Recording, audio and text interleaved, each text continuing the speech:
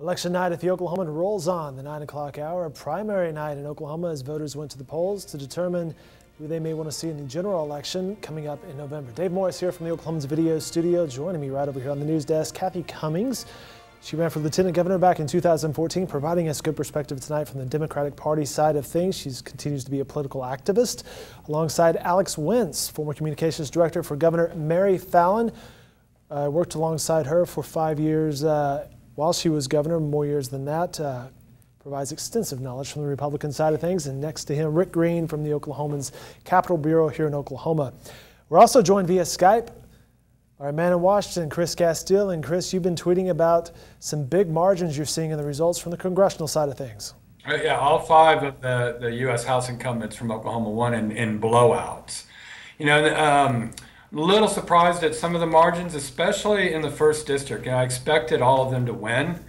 But Jim Bridenstine was actually in a financially competitive race up there. He was an oil man who'd been a federal prosecutor, a bankruptcy judge, a guy named Tom Atkinson, who's pretty well known in Tulsa and even, you know, in Oklahoma City among the business community. Again, that's right. You're right about that, because Atkinson had a lot of big name supporters from here in Oklahoma City and in Tulsa, for that matter. He did. He got money from people like Clayton Bennett and Larry Nichols and David Rainbolt in Oklahoma City, and a lot of big names in Tulsa. But Bridenstine is obviously quite popular in the 1st district. He had 81% of the vote. You tweeted that he had the biggest lead of the 5 incumbents. He had the biggest margin of the 5 incumbents, and he was in the only financially competitive race. Frank Lucas in the 3rd district, not surprisingly, he got over 80%. Tom Cole was held below 80% for the first time, I think, in many years. He was around 71, 72%, I think. Mark Wayne Mullen, who has most of the eastern Oklahoma counties in his congressional district. His opponent, Jaron Jackson, had the endorsement of former Senator Tom Coburn. But Mullen won that fairly easily. Mullen had a lot of money. Jackson had really nothing but Coburn's endorsement, and Mullen got 63%. Steve Russell in Oklahoma City, a freshman, making his first re-election bid, also won really huge in the 5th district, which includes most of Oklahoma County, Seminole, and Pottawatomie counties. So he got about 80% as well. So huge, just blowouts. You know, whatever dissatisfaction the voters have about Washington, they're not taking it out in Republican primaries.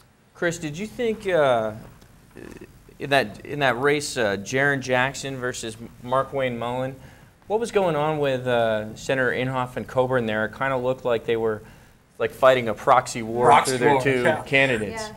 It was really, I mean, that was maybe one of the most interesting wrinkles, as far as the congressional races went. You know, Coburn endorsed Jackson because of this, this question about Mark Wayne Mullen keeping his term limits pledge. He said in 2012 that he would only run for 3 terms, so this should be the last time that he runs, but he refused to just state unequivocally, this is it. This is the last time I'm running, like Jim Bridenstine did, who made the same pledge in the same year. So Coburn, who's a big term limits proponent, honored his own term limits pledges in the House and Senate. He was upset about Mullen doing that, and he endorsed Jackson. That day that Coburn made that endorsement, Inhofe was traveling with Mullen. They were doing some event, I think maybe in Rogers County, and Inhofe goes, well, I'm just going to endorse Mullen. The 2, I guess, had become friends, and then the way I understand it, Mullen reached out to James Lankford, and Lankford endorsed him too. So it was kind of unusual for sure. Chris Castile joining us via Skype from Washington, D.C. He mentioned those 5 congressional candidates winning handily. We heard a victory speech from Congressman Steve Russell. Our Adam Kemp was there. Let's bring him in now. Adam, what was the scene there at Congressman Russell's watch party? Hey, guys. It was a pretty jovial little place. They're out here at the Knights of Columbus headquarters that Steve Russell has set up in Edmond, just down the street from some Cholinos. It's a small little building, but he packed it full of people. There were probably about 40, 45 people in attendance there to listen to him give a victory speech, which came pretty quickly. We're looking at some of the footage that you sent us back from his watch party. He had a lot of family, a lot of friends that he said thanks to, didn't he? Yeah, I think he thanked the entire room. That was the majority of his speech, actually, before he pretty much came to his summary of that he was very humbled by the margin of victory and hopes to continue some of the things he's gotten started. I'm assuming he's assuming good things come November as well. Yeah, I think he did mention that he had another race to win, but I think it's all confidence on this front from the Russell campaign. Well, Chris, we'll bring you back in from Washington. Another thing you were following is the little libertarian turnout. Somewhat surprising? It's kind of a tangential thing, compared to all the results. But I thought it was interesting. The Libertarians are on the ballot for the first time in Oklahoma in 16 years. They fought to get recognition and got it this time. But they got it late. I believe it was March before they were reckoned. They were right up against voter registration deadline for changing registrations. So I think, as Brian Dean said earlier tonight, I think their registration was somewhere around 750, but they allowed independents to vote. They allowed independents to vote in their primary, and they're. You guys hearing me all right? We are hearing you loud and clear, Chris. About 2,400 people voted in that primary, which is more than 3 times the Libertarian Party registration. So a lot of independents obviously did vote in that, and I just think it's interesting, not just for tonight, but maybe what happens in November, because the Libertarian presidential ticket will obviously be on the ballot in Oklahoma, and I think a lot of independents will vote for that ticket in November. There may be a lot of Democrats and Republicans who vote for it as well. Chatting via Skype with Chris Castile, as I mentioned, he's in Washington, D.C. I also mentioned a man over here, Alex Wentz, used to work for Governor Mary Fallon, the current governor of Oklahoma. A story today by NBC, Alex, and you're quoted in this story. This is yet another turn of the crank of Governor Mary Fallon possibly being a vice presidential candidate for Donald Trump. Alex, your thoughts on that? Yeah, I think the Trump campaign is going to give Governor Fallon a serious look, or has been giving her a serious look, and there are a couple of reasons for that. I think she complements him in the sense that she fills in parts of his resume that he's missing. Donald Trump doesn't have experience governing, although he has plenty of private sector experience. Mary Fallon has a lot of governing experience. She's been 2-term governor, I would say successful 2-term governor. She's been on the Armed Services Committee in Congress. She was state rep and lieutenant governor before that. She's got leadership experience getting the state through things like the Moore tornado. So there are things that she can point to there. Also, there's a sort of yin and yang, I think, in terms of their personalities. Donald Trump, very forceful and uncompromising in the way he speaks. Governor Fallon is, I think, a skilled retail politician and good at walking to a room and shaking everyone's hands and making them smile, and speaks with a softer tone and more nuance. So I think there's some ways that she can be a complementary candidate, and I do think that the Trump campaign's looking at her. Alex, let me ask you this: why would Mary Fallon want to be his running mate? Well, you'd have to ask her, but I know that she said that she is interested in being his running mate, and that if the call came, she would think seriously about it, because it's, the future of our country is important to her and important to everyone. And, if you think you can do some good on the ticket and in public service, working for the country, go ahead and do it. I think that's her attitude. She thinks she has something to offer, and she thinks it's an important election, important for the future. Well, let me ask this. Given everything that Trump has said so far in his campaign, I guess what that means is that there's absolutely nothing disqualifying, almost nothing that we could think of that would just be disqualifying for her. It's like he hasn't said anything or acted in a certain way that would make her say, I really don't want to do that. Well, there are a lot of Republicans who really like Donald Trump. But he lost here, right? So he did lose here. Do you think that'd make a difference, the fact that he lost Oklahoma? I think Governor Fallon has always said she was going to support the Republican nominee. I'm slipping very quickly back into Fallon spokesman mode. Yeah, you are. The governor has repeatedly said that she would support the hand in the pocket. Republican nominee. Yeah, no, but I think she's met Donald Trump. She personally likes him, and There's a rapport there. You know, it's a tremendous opportunity to serve the country. It's obviously an interesting personal experience, and there are a lot of people in and outside of Washington and in and outside of politics who would love to, you know, have that opportunity, and she seems to be one of them and is looking at it seriously. And there's also some reasons why he might not pick her, because Oklahoma is not a battleground state. That's going to go to the Republicans no matter what. So there's a school of thought that Trump might want somebody who could bring a key state to his side. Right. That could be one thing. And on the positive side for her, in a sense, she kind of completes him. Right. Because kinder, gentler. Awesome. She's comes off, and I'm sure is a very kind of a warm-hearted type of person, and he's not really known for that. Right. I think one thing we can be sure of is guessing what Donald Trump is going to do or what's going on in terms of his plans is a very easy way to be proven wrong quickly. So I think only Donald Trump probably knows what Donald Trump's going to do, and it'll be a fun ride and fun to watch. Yeah, I kind of agree with you, Rick, because I think you would probably go with someone maybe from Ohio, or that can bring more electoral votes. So I actually think you're right. Chris from But we'll see. Chris from the Beltway, are you hearing one way or the other on a leading candidate for, frankly, either candidate at this point for vice president? You know, I think, as Alex said, you just really can't predict. I don't trust anything I read about what Trump might do or what, who he might pick. I mean, there have been these lists out there, and Mary Fallon's been on every one that I've seen so far, but who knows where they come from? I just don't. In terms of, Hillary Clinton, I think there's a much shorter list, but, Tim Kaine seems to be the former Virginia governor who's now a U.S. Senator from Virginia, seems to be getting a lot of attention.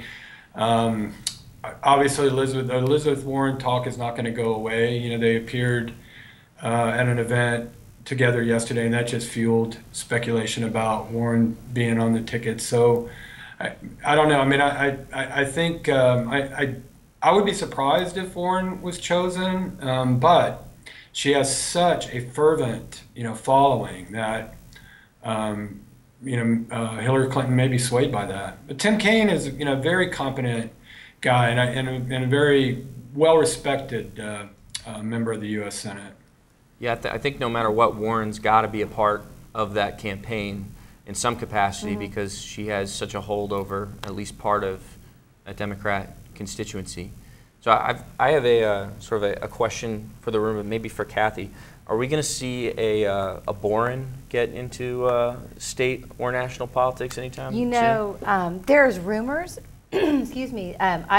No one has really confirmed that they were running for governor on the Democratic side, but I've heard the rumors that Boren and Joe Dorman and Scott Inman.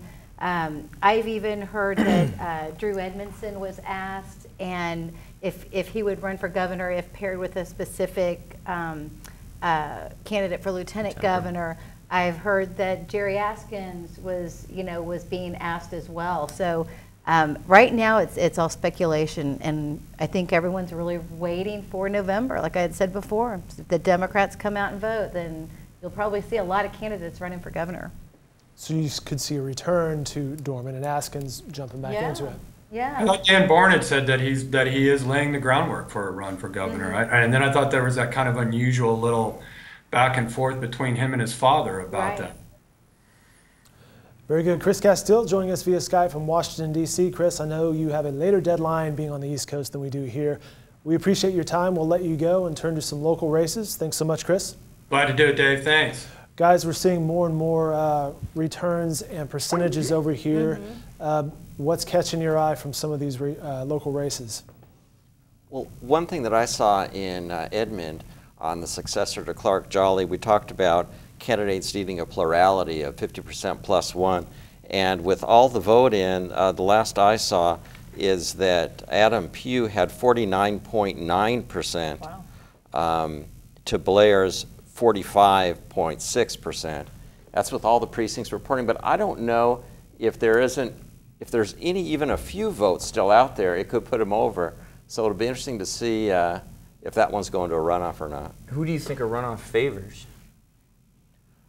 I don't know. I don't know either. You would think conventional wisdom, the person that won was in the top position might do well in the general, but money gets spent and it's hard to say. Is that usually the case? That was exactly what I was about to ask. How does that usually play out? I've never seen a study that tells you how that plays out. I know it doesn't always work that way. Sure. I mean, if you're an incumbent and you're in a runoff, usually you're in trouble because it means that if you couldn't win outright, there were enough people, usually people who aren't voting for an incumbent are voting for not the incumbent because they're expressing some sort of displeasure with their government. So the incumbent a lot of times loses in a runoff, but an open seat is different. I think it's just about ground game and organization. And in some respects, I would think Paul Blair would have, he's got very motivated followers. He's got the connection to the faith community, which is very well organized. But those are all the reasons I would have thought he would win outright, and he has not. So. As we can see, trailing 49.9% to 45.3%. Kathy, what are some of the races you were looking at? Well, I was looking at Donnie Condit. He won down in House District 18. He's down in southeast Oklahoma. And I was really kind of worried about this one because Cord McCoy, he's one of the brothers who was in the Amazing Race. Right. And so it was a very close call, 50.5% that he won, and Cord was 49.5%. So that was, I'm really glad about that because Donnie Condit is the incumbent and he's a great guy and a great asset to our legislature. So that's awesome. Alex, anything else? The two incumbents who just sneaked by there are Condit, but also Charles Ortega, who appears to have won by 0.5% and maybe just a couple hundred votes. I don't have it right. God, these right are so close, aren't they? Yeah, but Ortega was one of the candidates who was squaring off against someone with education ties, and he appears to have sneaked by. So I think we've lost.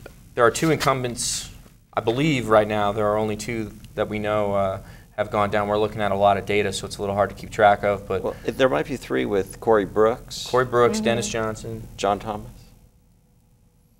Is that? I don't have that in front of me, so I don't know. Well, at least a few, which is maybe a few more than usually get defeated. One representative who's doing really well and won tonight is Representative Kevin Calvi. And he had 61% of the vote to 38% for his challenger, Jernigan. And this was a case where you wonder if, and as you pointed out earlier, a Republican runs to the right in a primary, and stances that they take often get validated. And certainly Calvi is very anti-abortion, and that certainly didn't hurt him at all. Light myself on fire. He famously said that. And Nathan Dahm also won easily tonight, and he was the author of the anti-abortion legislation that the governor vetoed. That didn't hurt him one bit either. One of the races we were following, and Kathy, I'll turn to you, right up the turnpike, the mayor for the city of Tulsa, G.T. Bynum. Yeah. Big numbers right there. Dewey Bartlett, 37%, G.T. Bynum, 56%. Surprising? Did everybody see Paul Tay's interruption of their their forum? Yes. Okay. Do you think that had any impact on Dewey Bartlett losing this mayoral race? Because when Paul Tay interrupted the forum, Dewey Bartlett's on the phone calling 911, and he was put on hold. Right. So first of all, that didn't say much for his services, at the 911, but then, G.T. Bynum was just kind of sitting back and just kind of smirking and going, okay, I'm just going to let this play out. He came out looking like the better candidate, whereas, Dewey Bartlett acted, kind of, a little on edge. Right. Part of me wants to say, well, surely voters had more evolved reasons for picking a mayoral candidate, but you would think, right? You would think. But on the other hand, that was definitely the single most watched and most noticed moment of that campaign. I mean, no one would have. I wouldn't say no one, but certainly a debate where they were talking about public safety or how to develop the river would not have gone viral. Right. That did, and people who maybe weren't interested in politics got interested in that race because of that. Right. So there could be something to what you're saying. Yeah. And this was a debate that happened just a couple of weeks ago. I remember on Twitter seeing the screen caps that came out, and that was the image you're stuck in your mind. Right. Thinking the cast of people you see in this image doing various things was just unusual, if nothing else. Sure. Paul Tay would be a phenomenal guest for this panel. Yeah. Okay, and then he called the cameraman Matt Damon, and they were trying to throw him out of the, off the stage. He's like, "All right, Matt Damon," and the guy actually did look like Matt Damon. He did. He did. Yeah. But honestly, I think that actually says a lot. I mean, G.T. Bynum was calm and he was composed, whereas Dewey Bartlett, in kind of an emergency situation, he kind of fell apart. So, I mean, that kind of tells something about a person. It's the old media days of Nixon versus Kennedy. Yes. Who looked better on TV? Who looked more polished? And that was right when TV was coming online, right? People had their first look at the candidates. A couple local races, Oklahoma County Court Clerk Rick Warren, 48%. So you think that's going to be, that's a runoff, I bet, huh? And Oklahoma County Clerk Caudill, 32%. David B. Hooten, 30%. So possibly some runoff material there as well. We are efforting shortly here. Al McCaffrey, our Juliana Keeping, has moved over to Al McCaffrey's watch party, so we'll bring that to you here shortly. But in the meantime, guys, anything else you're seeing over there? Is Chris still there? I think we have let Chris go on to his deadline duties. I was wondering, I mean, maybe we can talk about this. If any of the recent, big ticket current events had any sort of impact on any of these races. We heard a lot about how Brexit was sort of, indicative of, a global movement against elites, or if the Orlando shooting had any, if gun control all of a sudden or gun rights played a bigger role in any of these campaigns. Oh, I think the gun issue is huge on the Democratic side, especially like for the congressional candidates like Tom Guild and Al McCaffrey both said that gun issues, gun safety, responsible gun ownership was pretty much in the forefront. And I know that Al McCaffrey, being an ex-Navy and a former police officer, had said, when I was in the service, when I was on the police force, I had to have a background check to carry a weapon, and he was saying most of his constituents agreed that we should have some kind of a background check, but and immigration was another big issue, and the trade, and the Brexit, all of that, but guns were in the forefront. Sure, and and at the same time, I guess gun sales have been through the roof. Since the tragedy in Orlando, because there are a lot of voters who see those events as signs that we're about to clamp down on gun ownership and buying guns. So I think it probably events like that, and you hate to see them through political lenses, because clearly that's a horrible tragedy and event and occurrence. But it seems to fire up both gun rights and gun control advocates equally. After every one of these events, gun sales take off. Right. And as you say, it's like people start thinking, well, they're going to take away my guns. I need to have it. But this time, I think, was a little bit different, with Democrats actually holding a sit-in on Capitol Hill and really trying to fire up the old civil rights kind of fervor on this one. And whether that will kind of gin up interest in the Democratic side of the argument remains to be seen. But the fact is, there were Republican proposals and Democratic proposals on that gun issue, and the two sides just couldn't get together. Right. Yeah, it seems to be an issue that nationally and locally and everywhere else, they're just at loggerheads. Well, and especially in Oklahoma, You know, gun rights are huge here. Yeah, and will continue to be. Which, not to rib you, Kathy, but I think that that's going to be an issue as Democrats decide to be more like Democrats here in Oklahoma. Right. I think they'll increasingly, face resistance and hostility from the NRA, but from moderate voters who gun rights are important to them here in Oklahoma. But I don't think Democrats don't like guns. There's a lot of Democrats that have guns that hunt and for whatever reason they have them. I don't think that's the argument. I think the argument is responsible gun ownership. Why don't we have background checks? Why do almost 90% of Americans want them, and yet we fight it every step of the way?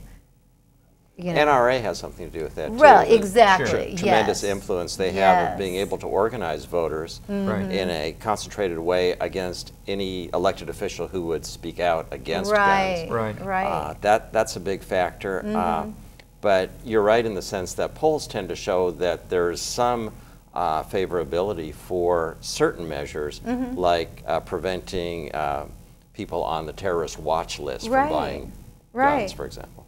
Well, that seems like a no-brainer, Yeah, I do think I was always frustrated with this when we were campaigning or when I was working in the governor's office, is that you hear the NRA talked about as a special interest so many times, and it is, if the NRA is a special interest because it has narrow goals, then I guess it's a special interest, but the reason it gets its power is because there are so many human beings that are members of the NRA. I mean, it's because it is a large collection of people who care about an issue. So in some ways, the NRA is exactly what our democracy is supposed to look like. It's a collection of individuals who said, this issue is important to me, let's get together and push it at a very grassroots level. It's not one guy with $1 billion, like, for instance, Mayor Bloomberg's gun control group, which does not have the same kind of grassroots support. It's just a billionaire buying television commercials. The NRA is the opposite of that. That's a people-driven movement. It's a collection of people who feel really strongly about an issue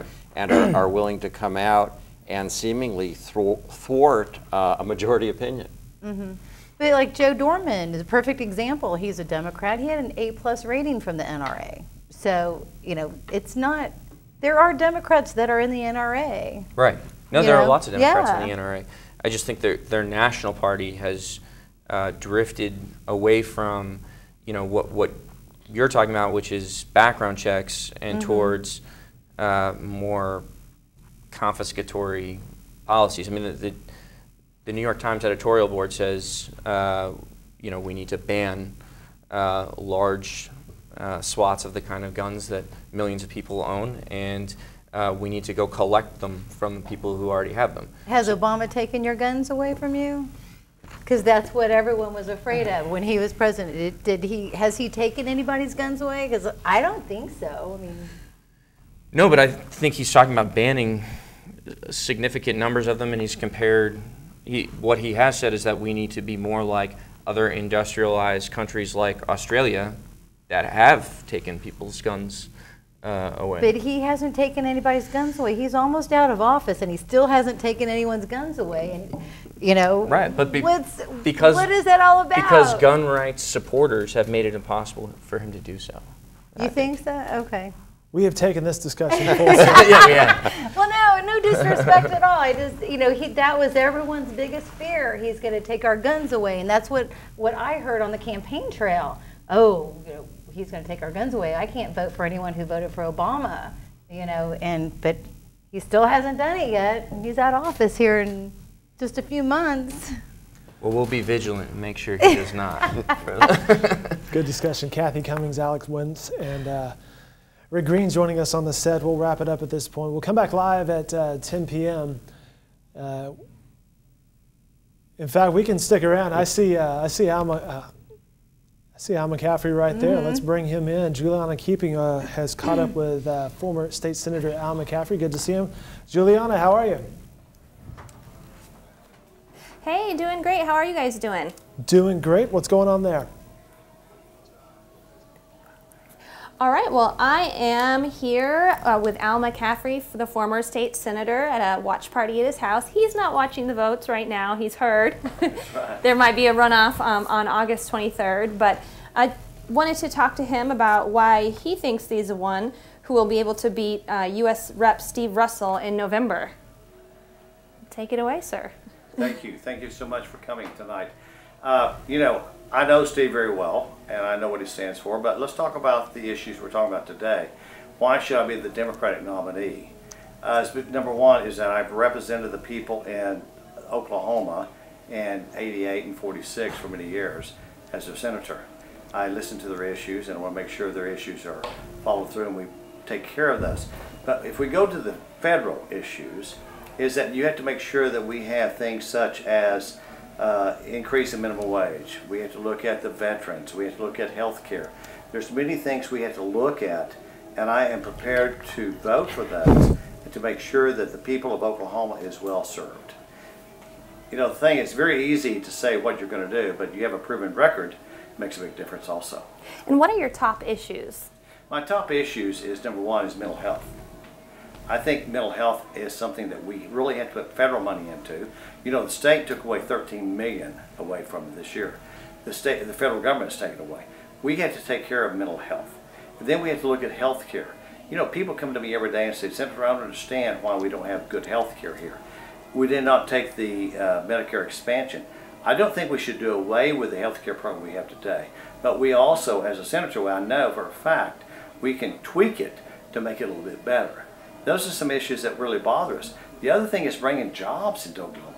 Do you realize that oil and gas is now really suffering? It's like in the 80s. I remember it very well.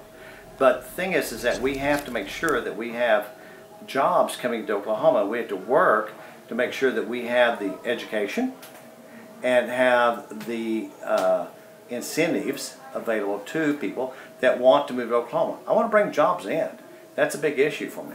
Great. Anyone have any questions for Mr. McCaffrey from the studio?